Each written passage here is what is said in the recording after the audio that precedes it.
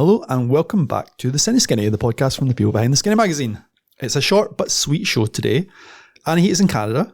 Peter is off on his holidays too. So you're stuck with me, Jamie Dunn and Ellie Robertson. Hello. Hi, Or is that stuck? We're the best. We're the best ones. I feel like we're the stalwarts. We're the ones that are less likely. I mean, do we have your holidays? What's going on? Why are we always here? I don't know. Why are we never doing... We just like talking about films. Why are we never in Toronto? Why are we never... That's true. We should go to Toronto. I know, exactly. The two of us should go to Toronto. On the road. Leave them to record the podcast. We should take the CineSkinny on the road. Like, that'd be quite fun. We kind of do sometimes. Yeah, we need to do a big festival one year. Big thank you to people who showed up to the GFT to see our Nowhere screening at Cinema Sundays. I guess that was on the road. That was in Glasgow. And that we've not recorded since then. We haven't. That was a fun night, I thought. Yeah, so thank you everybody for coming along. Thank you GFT for having us. Thank you GFT. Thank you for such a cool crowd. I was actually really impressed by just cool people. They came out for this film that's not really shown that much. It's a bit weird. I think I said this a couple episodes ago that I was really excited to see what other people thought of it. It's like Nowhere by Gregor Aki is a great film to watch in a crowd because it is so like miserable and horrible and dense and it's sort of controversial, but also really like funny and sweet and hopeful. So it was interesting to see when people laughed and how they reacted and to be in a crowd. And got one of the craziest endings of all films. Probably. Yes. So to see that for the first time would be very fun. So it was nice to see it with a bunch of people. Yeah, so I have sort of downplayed this show, but actually we have something quite special. It's a small show, but we're talking about something very big. We're going to be reviewing one of the most anticipated films of the year, which is Christopher Nolan's adaptation of Homer's foundational saga, The Odyssey. Ellie, I'm not too sure what your classics knowledge is. You know, I've never read The Odyssey. I've read bits of it, and possibly of different translations, but I've never actually read it. But also, maybe you don't need to. Everyone knows it. I feel it's in the ether, you know. I've seen the Simpsons episodes. The Simpsons parody. I did try to read it actually during lockdown. And of course, you'll have probably also seen the 60s and 70s. Like I've seen the Ray Harryhausen films. Oh yeah, of course. I think they do adapt The Odyssey at some point. I don't know if they actually... I mean, they take stories from Odyssey. I don't think there's an literal... I mean, Clash of the Titans have got a bit of it as well. Yeah. Yeah. I mean, it's in Hercules. Yes. Yeah. It's not got it's got the same characters around. But you know what they're doing. You know the story already is the thing. Exactly. I used to watch a show when I was a kid called Ulysses, which is basically the Odyssey, but 80s cartoon version. But it's in space. So I feel like I've got it's in the background somewhere. Yeah. Even though I'm not an expert. Yeah. But you'll find out because we're going to chat about it. Before all that, we're going to do what you've been watching. So, Elliot, I believe you've not been watching too much. Is there anything you want to speak about? Not really, no. The reason that I've not been watching much is because over the weekend I had to go see The Odyssey, which we'll just talk about in a second. And that's 2 films. It is. It's a long film and a big experience. But then it was also Glasgow Pride on Saturday. I don't know if you did anything for Glasgow Pride. No, I'm a terrible gay. I don't do anything. Oh, fair enough. To be honest, we were not... I mean, this was not the most prideful thing of us, I guess, but we got tickets to Queer Theory, which is the cabaret that runs out of the basement of Nice and Sleazy's every month.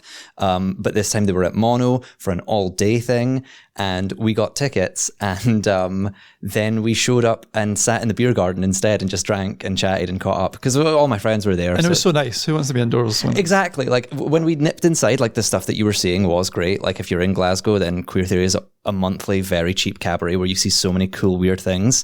But it's been a hard couple of weeks, so more healing at that time was to drink a bunch of pints in the sun and get really, really drunk. And I'm still kind of hungover 2 days later. So I mean, that's fair. That's Pride as well. Yeah. Queer Theory, actually, they're doing something at Govan Hill Festival. Yes. So I'm going to be going to that. It's at Rum Shack, I believe. So if you want to... I've never seen them at Rum Shack, but it's always good. They always do really cool stuff. Yeah. I mean, I'm just lazy. Rum Shack's 10 minutes from my house, so I can't be bothered going to town. Yeah, that's fair. I want to walk home, Yeah, exactly. Speaking of 10 minutes, you've been further than that. You've been at a film festival. Yeah, not quite as far as Odysseus, but I did travel to the Czech Republic to a festival that I've been to a few times called the Karlovy Film Festival, which is a really wonderful event that happens every year in this small, quite a strange small town, to the east of Prague. So yeah, this is a small spa town. So throughout the year, it's popular with tourists who come here to take in the waters. So there's an element of going to spas, pools and sort of saunas and stuff. But also there's an element of people love to drink the spa water. So throughout town, there's all these little spigots that pop up and put out this kind of weird water that people like. So when you go to screens in the morning, you see all the old Czech people kind of like with the little cups having the water. And you've had it, you've tried it. I have. I got to say, it's an acquired taste. It's a little bit sulphury. Well, the thing is, they're all quite different. So some are actually disgusting. Some are like eggy and a bit strange. There's one that actually tastes like San Pellegrino. It's like naturally carbonated. It's like comes out and it's all fizzy. So I do have that every morning when I go past it. But the rest, I'm not actually sure what it does for you. I think maybe it clears you out. It's not the water; it's the tap. Yeah, I feel like maybe part of it's flushing out the system. I feel you like might also be spoiled because like the weird thing that is like a symbol of Scottish national pride is that our tap water is the best in the world. Exactly. I shill for. Yes, I have delicious water all year round. I don't want to taste your sulphury spa water. But anyway, as well as delicious spa water, there's also this amazing festival. It's so fun. I love it. To me, it's like the kind of platonic ideal of a festival because it's like it's so buzzy. It feels like a festival. What's special about it is like every screening is jam packed because the town, as well as having all these kind of old rich people who go and enjoy the spas, it also has a campsite nearby. So like lots of young people come and just like camp out and watch movies all day. So it has that kind of festival feel. Like people are just like queuing up all day. They've been up all night partying. They've been at the tent. They've came in and they're just watching movies. So it's got a real kind of interesting feel. They like let people just sit on the floor if it's busy as well. So like if it's oversubscribed, just sit on the floor. Yeah. Or like stand. That's nice. Yeah. It's got a real Everybody kind of mucks in. Yeah. And the films are good as well. So they've got two competitions. There's the Crystal Globe and the Proxima competition, which are all kind of world premieres. And the films were quite good, what I saw this year. They also show a lot of films that have played previously at festivals like Cannes and Berlin and Sundance. So it's a really good way to mop up all those big films. So I saw things like All of a Sudden, the new Hamaguchi film. I saw Paper Tiger, the new James Gray. What else to see? Sex and Death at Camp Miasma, the Jane Schoenberg film. So like you can see a lot of stuff. And by far the best thing I saw was actually a film from Cannes, but a film that I really hadn't heard much about, and it's called La Gradiva, a French film. Okay. I don't know if you... it's not ringing a bell. No, I didn't hear many people talking about it, but the reviews have been amazing, and it's an incredible film. So it's the debut film from a French director called Marie Atlin, and her film is about what follows this group of teenagers from Paris who are on a school trip to Naples, and they're learning about like Mount Vesuvius and Pompeii and stuff like that. And it's like an ensemble film, but the main focus is like two students. One is Tony, who's this sort of class clown, and he's quite an interesting character. He puts on this kind of macho front, but he's also quite sensitive. He's also gay, but openly gay. So like he's like this kind of like kid who's going off and like hooking up with like Italian daddies, but at the same time he's also the school bully, and he's like, yeah, he's a really interesting character, and he's also like clearly in love with his best friend, who's like a kind of Timothy Chalamet type, who's like the most popular kid at school and all the girls fancy him. So it's got this really interesting, conflicted central character who's a bit of a dick, but also we really kind of like him, if that makes sense. And then the second kind of main character is Suzanne, who's a more kind of quiet, bookish girl. She's a bit of an outcast. No one really likes her. She's kind of bullied by Tony as well and his pals, but then she has to work with him because they're assigned together to work on this project. So yeah, the film is just really interesting. It's like a coming-of-age film. It's like a travel log because it really kind of spends a lot of time in Naples and like the surrounding area. It's also like there's like lunch sections where you just like learn about Mount Vesuvius. So like you'll be in the classroom while the teacher's telling you all about like how volcanoes work and what happened on that day in Pompeii when it erupted. So really interesting. It's just a beautiful film as well. And it's one of the best films I've ever seen about like being a teenager and how that actually feels. So yeah, it's a film I can't wait to get released and for us to talk about. Is it like funny? It is funny. It's like, but it's also deeply sad. It's like just a hangout movie with a bunch of teenagers. You know, we just spent like, it is really an ensemble film. Like it will go off and like, we'll go and have like a chat with the girls who are all like sharing a dorm and like the girls who like when they're amongst the whole class have a good bravado and they're kind of showing off, but then when they're alone they like actually confess how they feel, and it's really moving, and how like they don't feel beautiful enough, or they're getting cheated on by guys, or the guy's not texting them back. So just like really, yeah, it gives every character a bit of time to talk about their life. And yeah, I thought it was a really moving film, really beautifully shot. it just kind of meanders. It's like a very kind of slow, meandering film, just like we're spending time with these people. But yeah, it's like really opens up a lot of questions. And Tony, I think, is one of the most interesting characters.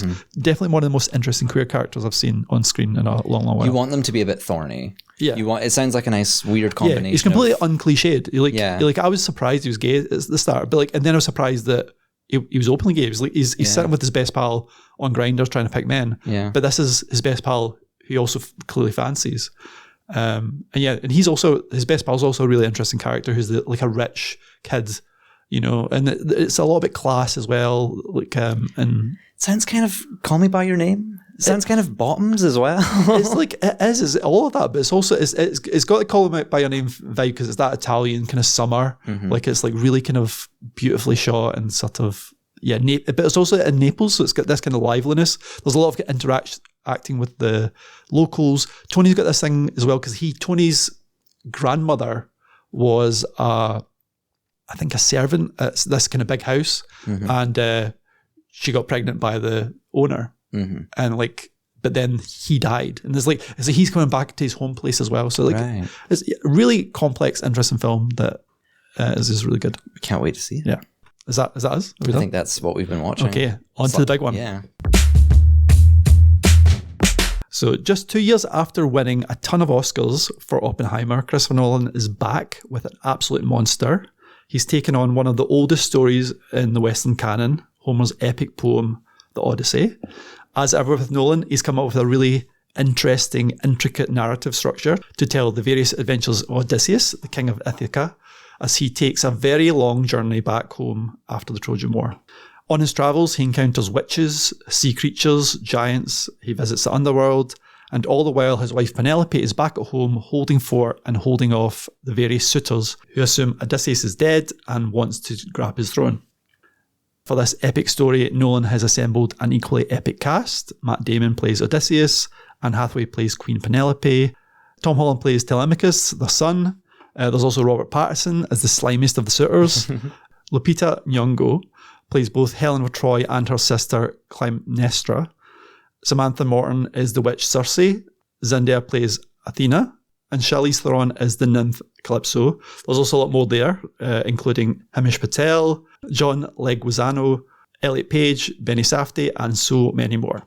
So this is one big old movie. But before I ask you, Ellie, what you thought of the film, I want to ask you how you watched it, because this is something that Christopher Nolan is very big on, like how you watch the film. He shot it in IMAX, and there's like about 6 versions of the film flying around. Right. It was like the first film ever shot entirely on IMAX cameras, right? So it's like you kind of do want to go see it in IMAX if you want to. Yeah, but there's IMAX, but there's also IMAX on 70mm. You can see it just in plain old 70mm. You can see it in 35mm. You can see it in digital. What was your version? I went to the new Omniplex cinema on Renfrew Street in Glasgow, and unfortunately I was not able to see it in IMAX. I would have loved to have seen it in IMAX. I just had to, as I was saying Nolan earlier, is going to be angry at you. He will. He's going to come beat me up. As I said, I had a busy weekend, so I just had to see it when I could see it, and the screening that I went to, I think, was just a plain old 70mm. But yeah, I mean, it's like, it's a beautiful film no matter what. Like, I do think it's probably worth going to see in IMAX for just kind of like the ambition of it. But this is like my hot take, I guess, is that you don't need to see it in IMAX. And I actually kind of think that it's a really good, fun film. It's a classic story. It's been done in a very modern way. And I can see this being played in so many different ways to so many different audiences over the next few years. I think that like it'll obviously wind up on streaming sites and maybe getting broadcast on TV or something, or like on Blu-ray. Like I really think if this Christmas, if you put on the Odyssey Blu-ray on your like living room TV, that would be great, because your parents would love it, your grandparents would love it, even the wee ones in the family would love it. It is a 15, but again, like it's the Odyssey. It's like a story that you're supposed to know. So I do think that like from a technical standpoint, it is an interesting achievement to consider this entirely shot on these huge IMAX cameras that can only capture 3 minutes of footage at a time because they're so huge and they print so much film. But at the same time, like what I do like about this film is that it's just, you know, hot boys with fake swords fighting big monsters. Like this is something that film has been doing for a very, very long time, for decades. It's a proud heritage of film. And I like that Nolan takes it quite seriously. He doesn't undercut it with stupid quips or anything like that. But at the same point, it is like this very cinema-y kind of quite camp adventure. I do think that he mentioned looking at these Clash of the Titans and like the other Ray Harryhausen's as inspiration, and definitely I think that there's a level of that campness that is translated over. So it's like a very fun film. I wasn't necessarily in awe of it. My mind was not blown by it, but I was like, this is kind of exactly what I would want it to be, which is just a very fresh, very fun update on the Odyssey. I feel I missed the camp. Like I feel like I love those. I used to grow up watching like Jason and the Argonauts and Clash of the Titans, and I loved all the kind of all the scene, all the scenes they have in Olympus where like Zeus and Poseidon and Hades are like sitting around looking at like some sort of like globe, like chilling on a cloud. Yeah, there's not so many like togas in this one. No. Like all of the, even if you've seen the trailer, you'll know that like the armor is like kind of unremarkable up until you see Agamemnon, who's Benny Safdie's character, who is just Darth Vader. Like he is huge, very cool. 6'5", shining black armor and a big helmet that he never takes off.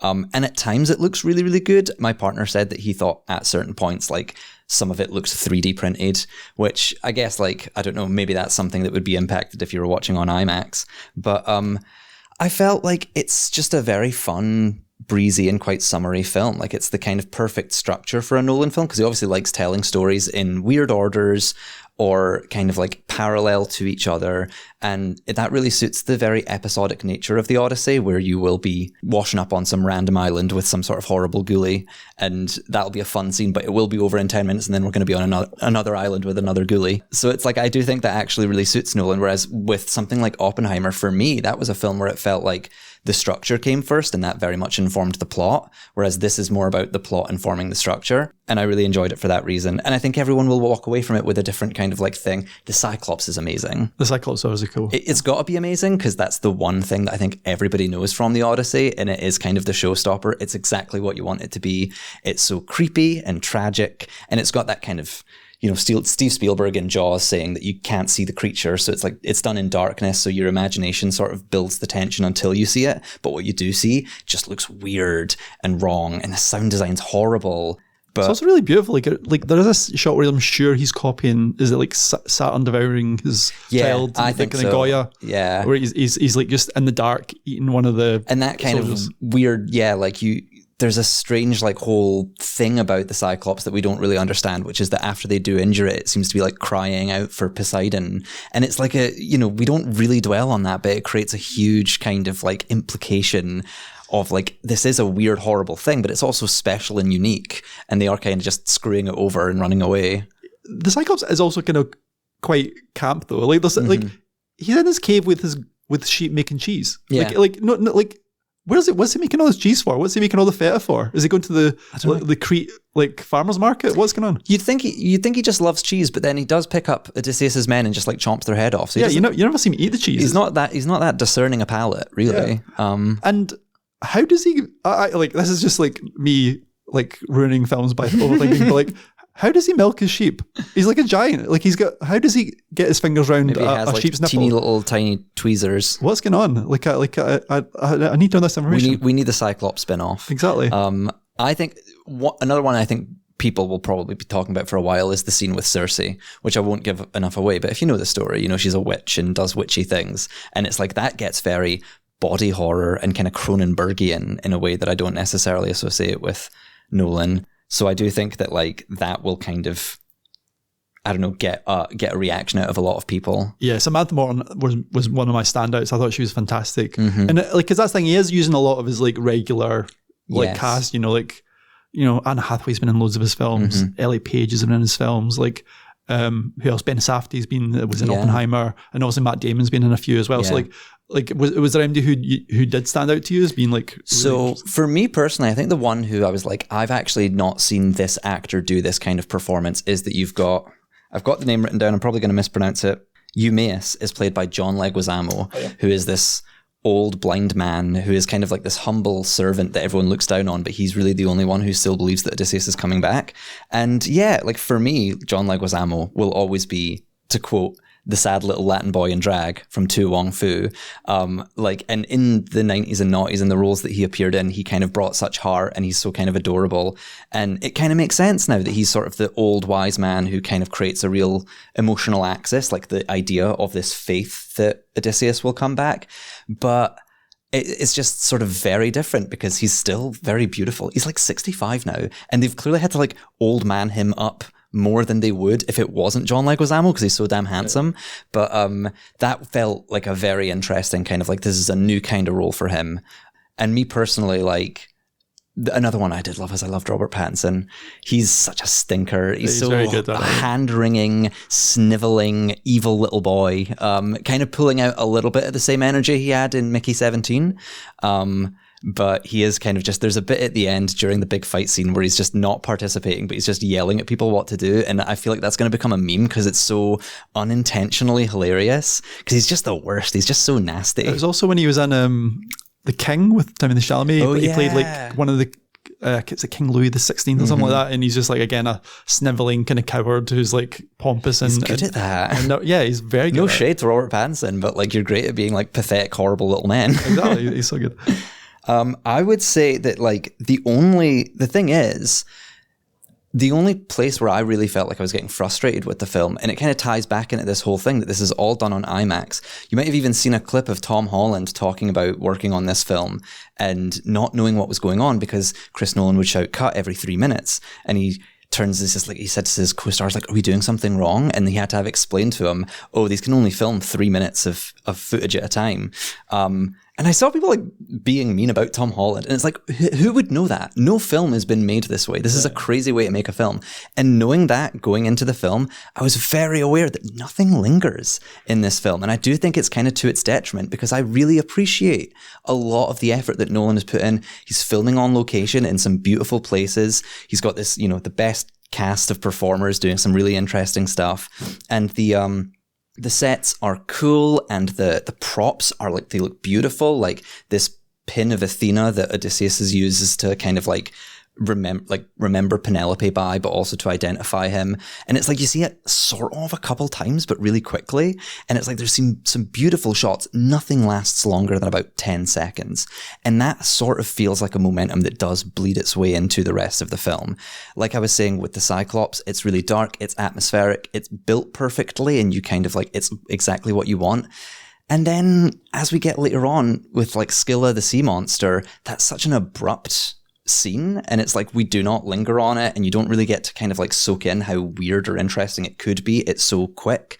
And I mean, I think that there's always going to be a point where you are taking a lot of the nuance out of these characters because you're putting it in film. They do feel a little bit more tropey, like with I say Eumaeus just sort of being the wise old man, and Odysseus is just kind of like the tormented hero. But I don't know, like I can't help but feel that it was the thing that was kind of keeping it from being a perfect film for me, is that there was like a lot that I really wanted to like slow down and enjoy that we were kind of just rushing quite through at some points. Yeah, I feel like that's maybe his style as well, because like if you think of the Batman films, they're so fast that it's just like, it's almost like you're watching a montage at times. And I think, yeah, you're right, that sometimes feels like that, and I think part of that's down to shooting on IMAX, and but I think that is just his thing as well. He loves to just he doesn't kind of sit and enjoy like a sunset or something like that. He's not that kind of director. I would say there's only really one symbol that recurs throughout the film that like has a great sense of tension and kind of like you wonder where it's going to really materialize, and that's that Odysseus keeps flashing back to the siege of Troy and this broken statue of Athena, and you don't really know the context of that scene. It's just an image he keeps returning to, and because it's built up so well, that I think will stick with people and will kind of like help really symbolize the film's main themes of like war being a completely dehumanizing thing. But again, that was like one shot, so it's really up to I think it's Jennifer Lame is maybe the name of the editor, who is kind of like keeping that a through line throughout the film, whereas all of its other kind of like great rich visual identity is kind of confined to the moment. Yeah, I thought the Trojan horse was also a really beautiful image. You know, like we've seen it so many times, like depicted, and it's usually like just a crappy horse on a like on like a little skateboard type thing. But like, this was like, surreal. It's like it's the horse is like in the sand somehow. It's like it looks like, you know, the end of Planet of the Apes when the Statue of Liberty is like sticking out the sand. It looks like it's been buried for years or something. Yeah. So it's like really striking. And like, I also think, how did they know the Trojans would bring it inside? Like, because it was such a pain in the ass to drag. I don't really know. I think that's one of those things where if you're into the classics, you might understand that a little bit better, because it's the one thing that doesn't quite translate in modern Well, that's what I mean. I think usually they put it on wheels because it's like, oh, we'll take this inside. Yeah. But when you got to drag a huge horse across with like hundreds of slaves, you know, but I think it's like at the time, or the time that it's supposed to be set in, it's like a huge symbolic thing to have left this big trophy. So it's, you know, worth it, even though it winds up obviously ending badly for them. I'm just being a literary, and Homer, explain your work, please. But yeah, I agree that the filmmaking is incredible. Like, I'm so happy that someone like Nolan can just like command such a big budget and a huge cast and get all these extras, and like you say, the craftsmanship of the props and the costumes and everything's incredible. Like as a manager of like a team, he's like if you're taking that as your benchmark as a great director, like just marshalling all these talented people to make something beautiful. Like the music's great, like the cinematography is incredible. He's probably among the best. Like there's no one who's doing it quite like this at this scale. My issue is like he never really touches me emotionally. Like there's something about his filmmaking that just leaves me cold. And I think part of it is like I kind of felt like does Nolan actually like the Odyssey? Because for me, the Odyssey, the reason it's been this kind of enduring text is because it's a rollicking, quite outlandish story with literal gods as like interacting with humans. You know, there's magic, there's sea nymphs, there's like, and I feel like Nolan seems a bit embarrassed by that. Like you say, like when you've got the sea monster with 6 heads attacking them, it's like over in a flash, and it's like that should be a big set piece. Like, why is that so quick?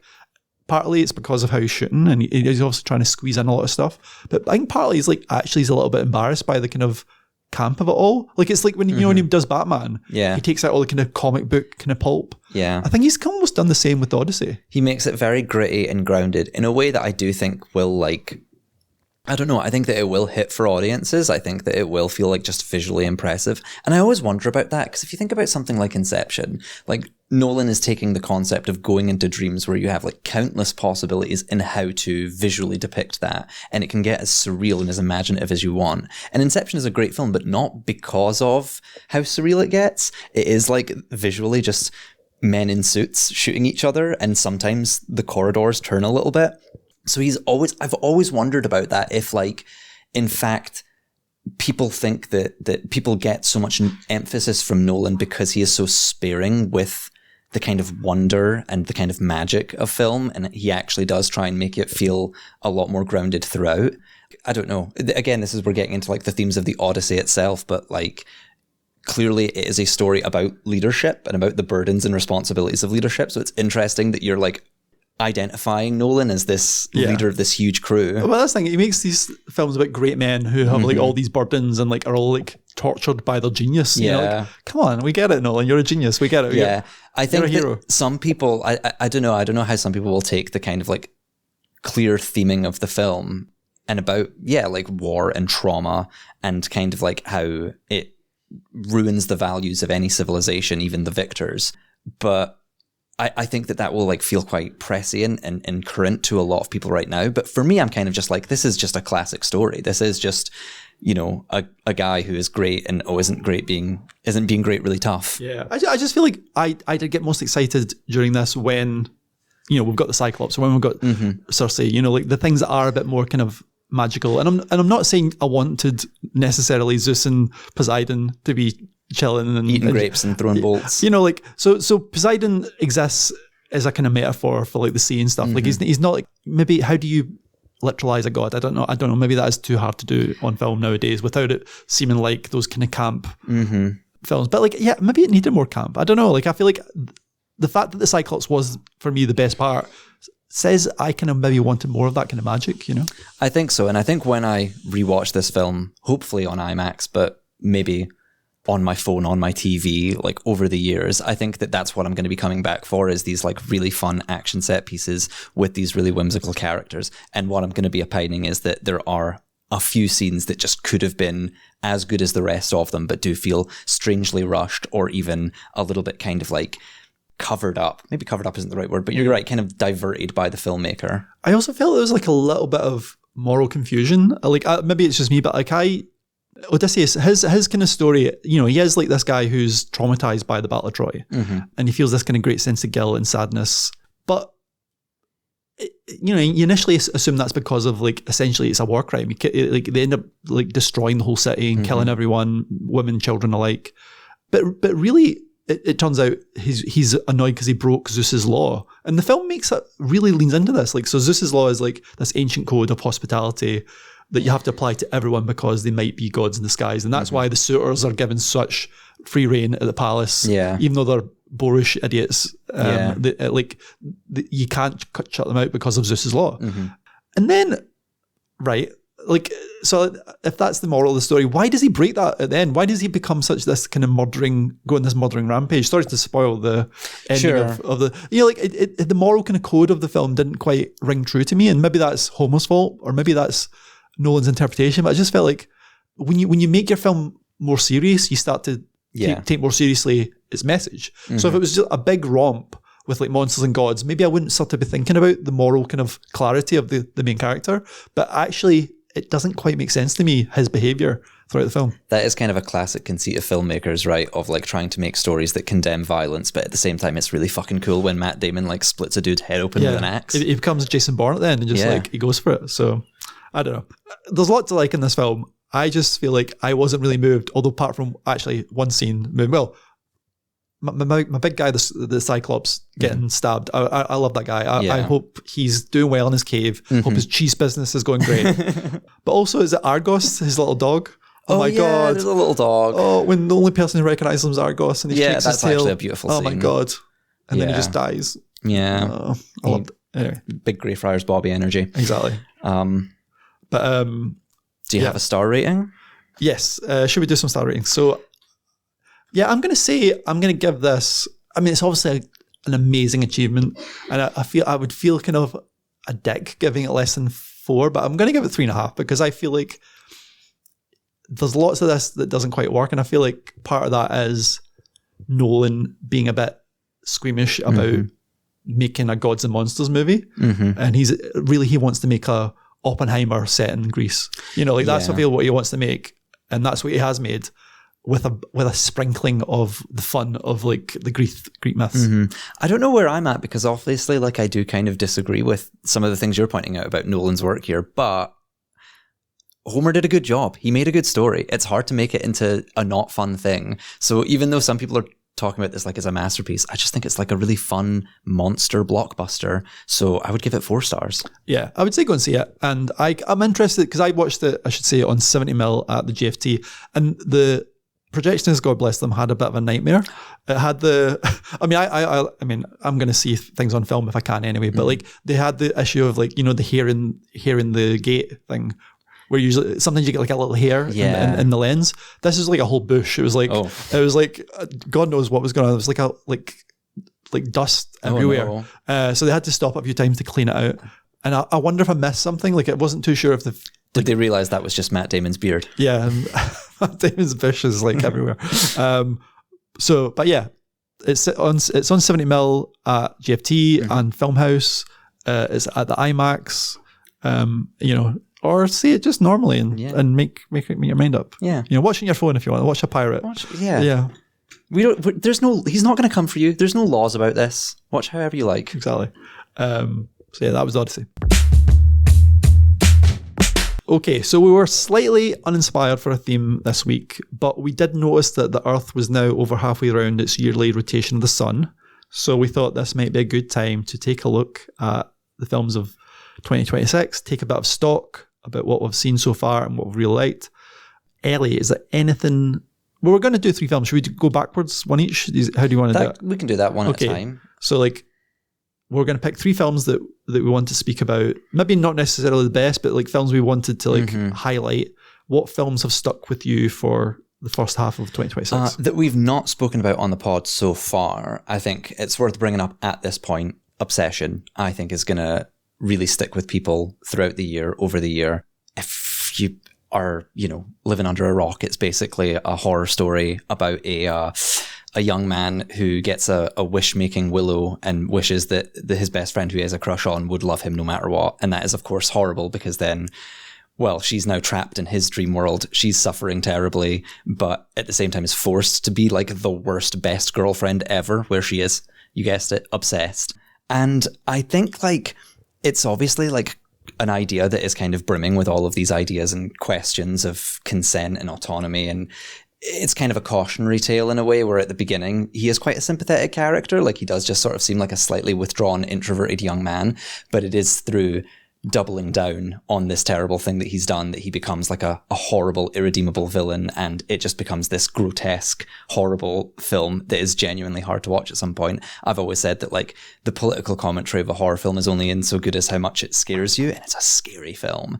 And it's done in a very tasteful way. I think it's scary because lighting is used in really interesting ways and scenes are blocked. People are talking about the blocking of this film, and it's like, people are starved for good blocking because it is just the two of them often in a scene together, but it's the way they move about and the way this sort of reality is being played with and the kind of like suggestion that something much more deeper and horrible is going on underneath that is communicated in such subtle ways, but ways that really allow the two performers to just like do a great job with it. So I think that is definitely a real kind of like benchmark for horror this year. Also a kind of by a YouTuber, right? Yeah, Curry Barker. Yeah. So one of a few this year. But it's also like a disruption to the like film industry essentially, because it's a guy who made a film. I think he made it for like 900,000. It's like a lot less than film. Like it looks a lot more expensive than it cost. You know what I mean? Obviously it's got a very small cast and it's quite limited in some ways, but it's very impressive for what he's done, and it's made a huge amount of money. So I think now I worry that the takeaway now is we're going to make films about obsession rather than sort of say this is actually what happens when you give a really talented young filmmaker a shot to make a film, Yeah, I think that there's also Iron Lung, which I didn't see this year, but that's also by a YouTuber. Backrooms, I don't know if it was by a YouTuber, but it's certainly based on a YouTube thing. So it's like, I think that there is kind of like stories coming in from an outside place that are actually doing quite well. And I don't know, I think that I think that always like horror has been good for political commentary, but at this stage, like this very particular kind of cautionary tale is really reaching people. Curses seem like kind of trendy. I'm also thinking of Talk to Me by the Filippo brothers, the Australian horror film that came out a couple of years ago. There's one coming out in September.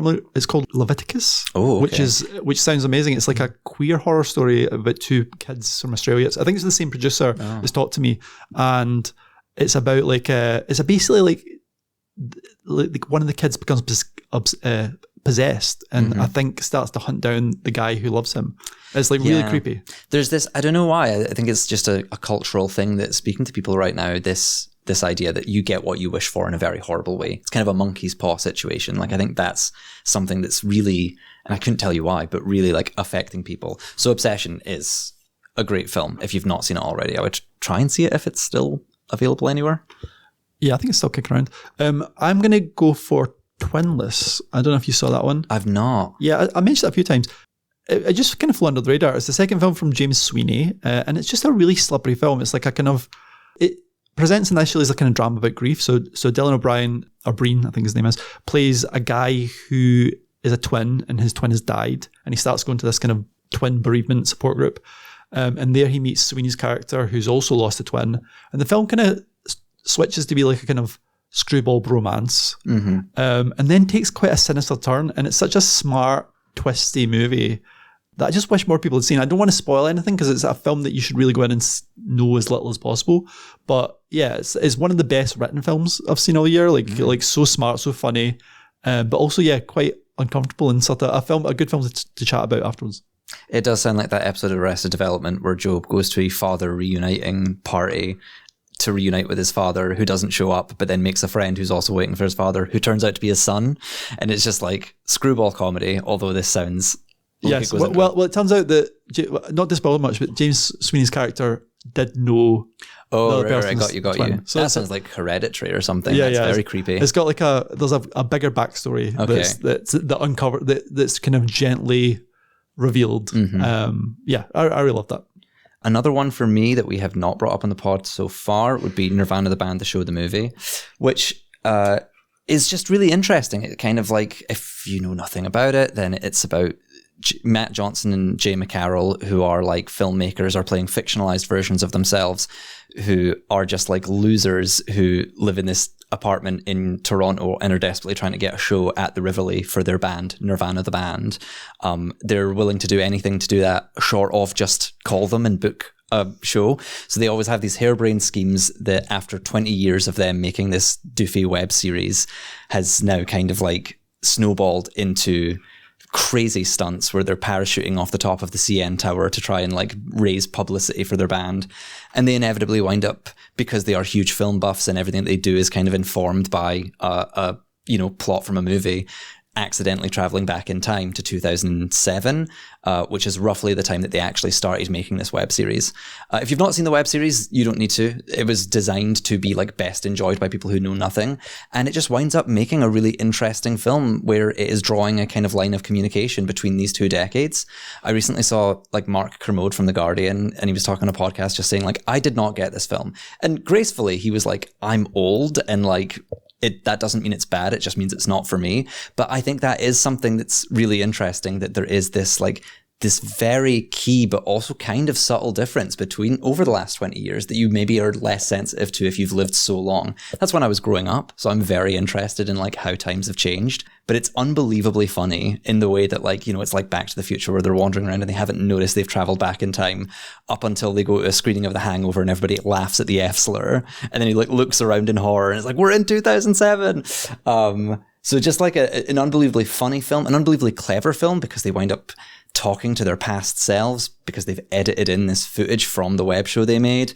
And just like, I don't know, lots of people talk about it in a way where it's like, it's unusual to get a film made with these kinds of techniques, this sort of spliced multimedia web video meets film, but also they film in secret often with hidden cameras with the unsuspecting public. So it's just like there's a whole lot on offer that's very bold kind of filmmaking, and what you get is a hilarious and rather quite like beautiful film about growing older.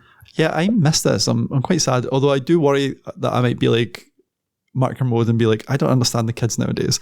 But I did read your interview with Matt and Jay, and they came across as great guys. And I've interviewed Matt Johnson before as well, and he's lovely. So I really love that they're just off making their own thing. One thing I would say is if you liked Blackberry, you'll like Nirvana the band, the show, the movie, because at the same time with Blackberry, Matt Johnson was like looking at this very particular time period that I think people generally don't think of as distinct, but it was, where we did have screens and social media, but they weren't like taking over our lives, and that there was a whole kind of world outside of it that was coexisting with it, which we don't feel like we have now. Everything's all filtered through screens now. He's also like super Canadian. Like I love how like he really loves Canada and Canadians' quirks, and his films are quite distinct from like an American indie. He has his own kind of sensibility, which I think is a bit more kind of weird and kind of off kilter. Yeah, it's definitely made me more interested in like Canadian filmmaking and the kind of cultural scene. I want to go to the Rivoli.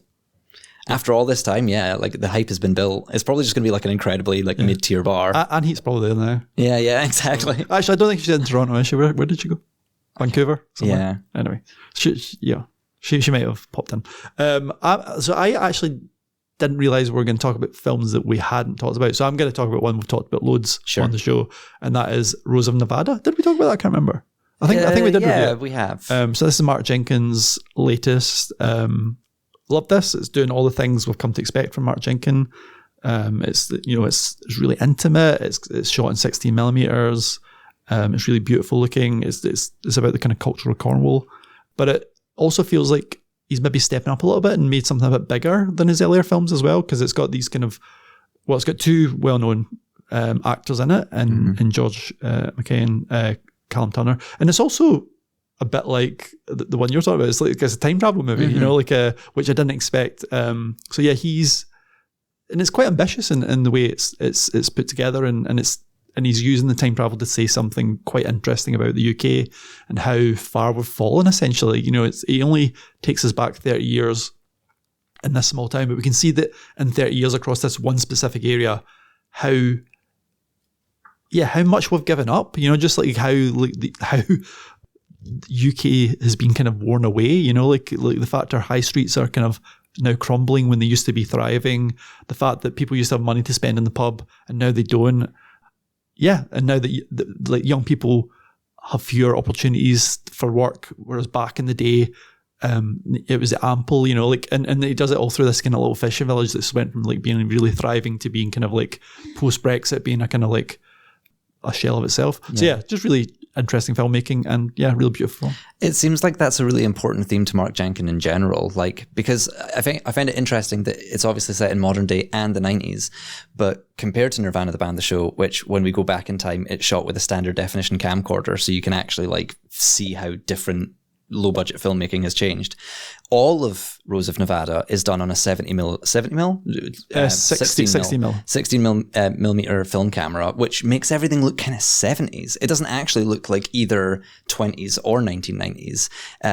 You can tell he has like a real reverence for the past in the way that he films, with like this film stock that gives everything a really beautiful texture and a really beautiful coloration, but also like he lingers on the ship and the industrial kind of tactility of everything. And he does a lot of like natural light and like close-up shots of people's faces. And I think that as a filmmaker, he definitely is like calling back to styles of filmmaking that we do kind of feel like we don't see as much of anymore. And I don't know, I love that sheen that is on all of his work. But I think you're right as well. Like he does kind of use this slight, like seemingly quite small gap in time to actually say a lot about how things have changed. Yeah, and he's almost like working on a small scale to Christopher Nolan, because Christopher Nolan's got his big 70mm camera that can only do small short shots, and the Bolex camera that he uses is exactly the same. It's a wind-up camera. You can only get a few kind of minutes, so that's why it's very staccato, like very kind of short scenes, and you know it's basically using close-up and stuff. So yeah. It's a filmmaker who's out doing his own thing, you know, just on a completely different scale to Nolan. But yeah, he's out making exactly the type of movie he wants, and he's getting a big audience. Like these films do really well, so he's really exciting. And I would say the last one that I have to talk about, which is again something we have talked about, and I don't even know what else there is to say, but Everybody to Kenmure Street is probably like my Scottish film of the year so far. Once I had a conversation with somebody that was like, it was when The Outrun came out with Saoirse Ronan. And I just said up front, like, my family are from Orkney, so this like informed a lot of like how emotional the film is for me. I'm not going to approach a film and try and pretend to kind of be emotionally detached or whatever. I'm actually going to be very upfront about that. It's the same with Everybody at Kenmure Street. When you live in Glasgow, it is like the most unbelievably beautiful story, and you're so sort of proud of the city you're in. And but at the same time, like, I do think that this is a kind of film about a documentary about a city that feels like a super unfamiliar and a super new way of doing it, where that kind of personality is very important to it. And the fact that you're obviously just getting testimonies from completely regular people, but also like the way in which archival footage is stitched in, the way that recreations are done, like there is a lot, and you don't really see, by the end of it, you're so kind of, I don't know, you're so kind of moved by this story that you don't really see where one type of filmmaking ends and the other begins. So that was like an absolutely joyful experience. And I'm glad that it has done as well as it has, because it was at the GFT for like however many months, 4 or 5 months. Yeah, I believe it's the most successful film ever at the GFT, apart from, I think, It's a Wonderful Life is the only thing that's beat it box office wise, which is incredible. Yeah. And it's like, again, it's the film about Glasgow, but I think that there is also a lot to learn about the way we talk about cities and communities from this film. Yeah, I really love how it's like a really great document of that day, but also, yeah, it's saying something about Glasgow and its history, and how like protest is almost in our blood type thing, which, yeah, of course as Glaswegians we'll love that.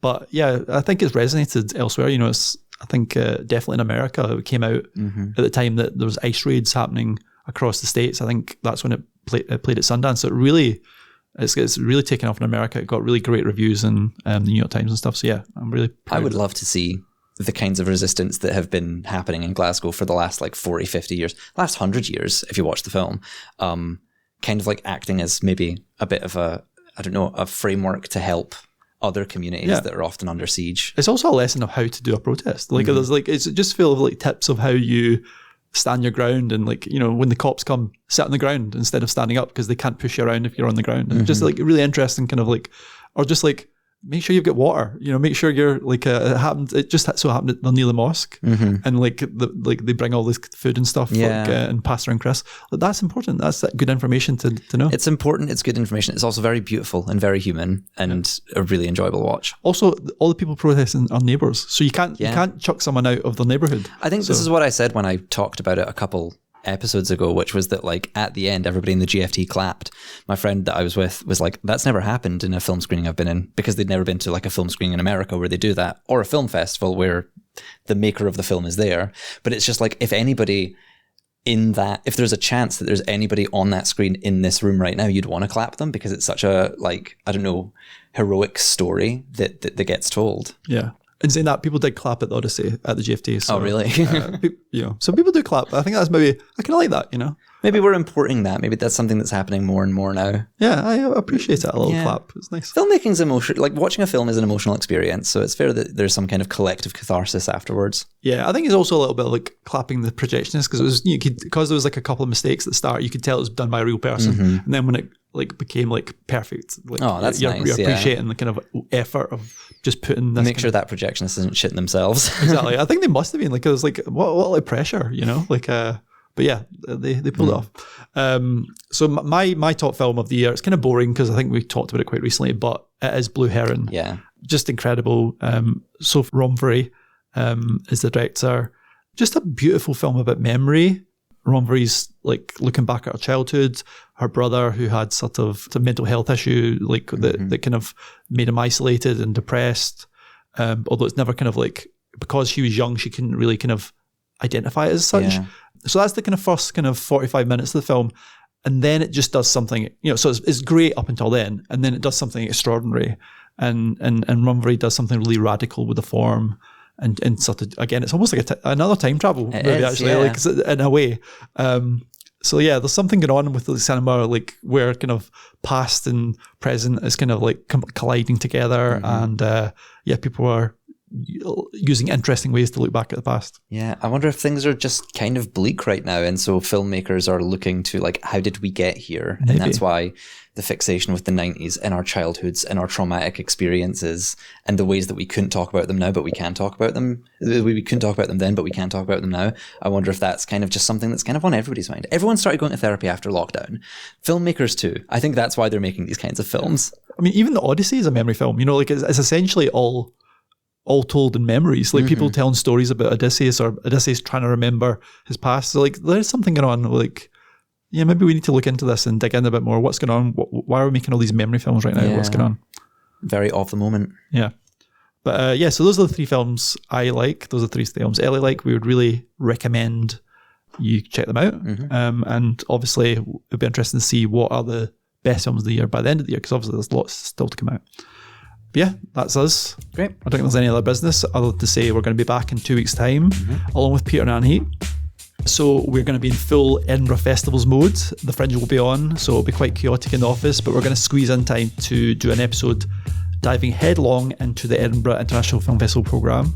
That's always an episode I like doing, so look forward to that. Don't miss that. But yeah, that's all for us. So cheers Ellie, just for chatting to me. I think we actually almost done an hour. Like I said, we're going to do like a little quick show. There's a lot to chat. Yeah, about. Exactly. We did the Odyssey and the whole of the year. I mean, that's Nolan-esque. That's a lot of content. You know, like exactly. So we got a lot. So you're welcome, listeners. But that's all for us. See you very soon. Bye.